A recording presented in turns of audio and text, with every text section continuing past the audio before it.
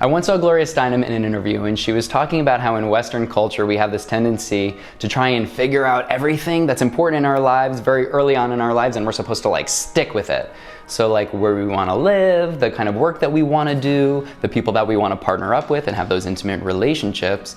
And if you think about it, like way back in the day, that kind of made sense because we had shorter lives. But now we're living longer and we have more of an opportunity to grow and expand ourselves, that one person might not necessarily match up with the entire journey of that, with our entire path in life.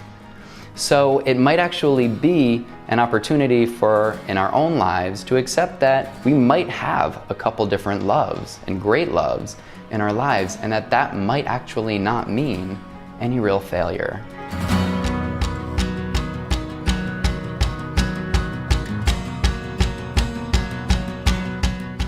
It's really easy for us to mistake comfort with compatibility. And any time that there's any kind of conflict, then all of a sudden it's like, whoa, maybe this is a red flag. Maybe we're not actually meant to be together and this is an issue. That's not the issue. The issue isn't when our buttons are being pressed. That's actually a good thing. It gives us an indication of where we can do some of our own work so we can learn more about ourselves and grow and heal. And when we do that and we have more of a sense of what that button is for us, then we can let our partners know and ask for a certain level of support.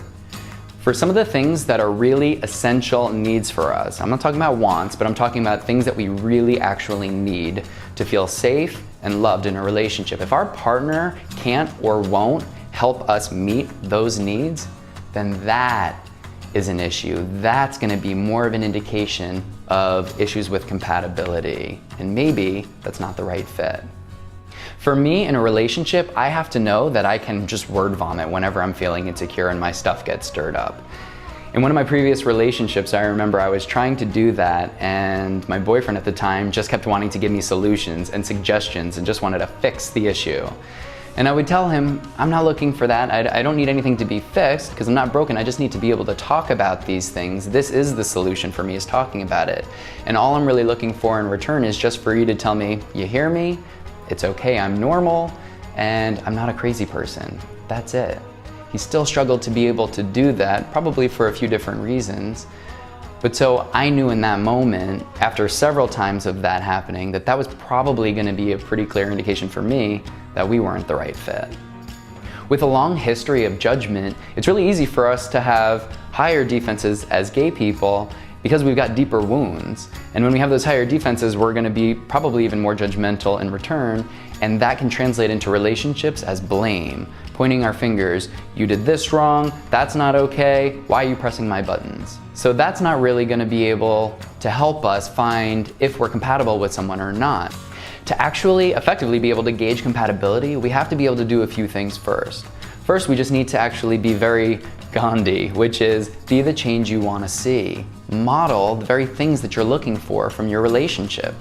So that means, for me, in the last relationship that I was talking about, it was about understanding what he needed. For him, he just needed me to be able to hug him or hold him or give him some sort of physical affection and reassurance that I still loved him and things were okay anytime there was any real conflict between us. That was really difficult for me. I didn't want to do that. I didn't want to be close to him because we were fighting. But I know for him, that's what works. And I can set my ego aside and actually be able to show up for him in that way. And then I can have so much more of a reasonable expectation that he can do that for me in ways that work for me and for my own process. After that, we also have to be really clear in a very non-blaming or non-accusatory way about what it is that we're looking for and what we really need. If we know that we've done both of those things and we're still unable to get our needs met, then we can depersonalize that because we know it has nothing to do about us. We've done everything that we can do. And quite likely it has so much more to do with just an issue of compatibility. That other person, our partner, either can't or won't help meet our needs. And if that really is an essential need for us, then that's an opportunity for us to really check that. We know that we've cleaned our side of the street. We know what our limitations are and we've come up to that point. Now we can surrender. We can toss it up. I know I've done everything I can. There's no more I can do. And I also need to have my needs met in these particular ways. So now I can let it go. I can do that peacefully. I can say, I love you, and thank you, and goodbye. Sometimes saying goodbye can actually be the greatest act of love because we're allowing ourselves to get unstuck and the other person to get unstuck, so each of us in our own right can welcome in greater fulfillment and love into our lives.